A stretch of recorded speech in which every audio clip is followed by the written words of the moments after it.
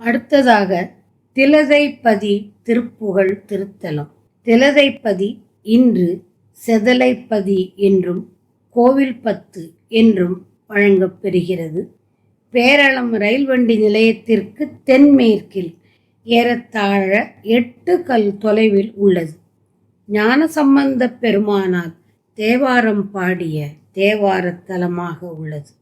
திருப்புகழ் 802 கௌமார அட்டவணைப்படி 3 திருப்புகழ் 802, 803, 804 3 திருப்புகழ்களை கொண்ட திருப்புகழ் தலம்.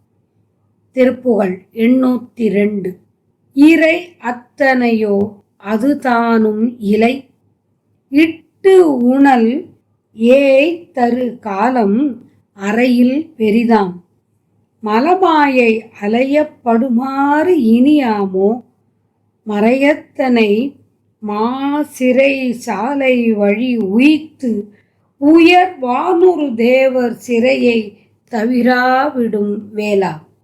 திலதை பதிவாள் பெருமாளே. இறை அத்தனையோ அதுதானும் இலையிட்டுணலே தருகாலம் அறையில் பெரிதாம் மலமாயை அலையப்படுமாறு இனியாமோ மறையத்தனை மாசிறை சாலை வழி உய்த்து உயர் வானுறு தேவர் சிறையை தவிராவிடும் வேளா. திலதை பதிவாள் பெருமாளே.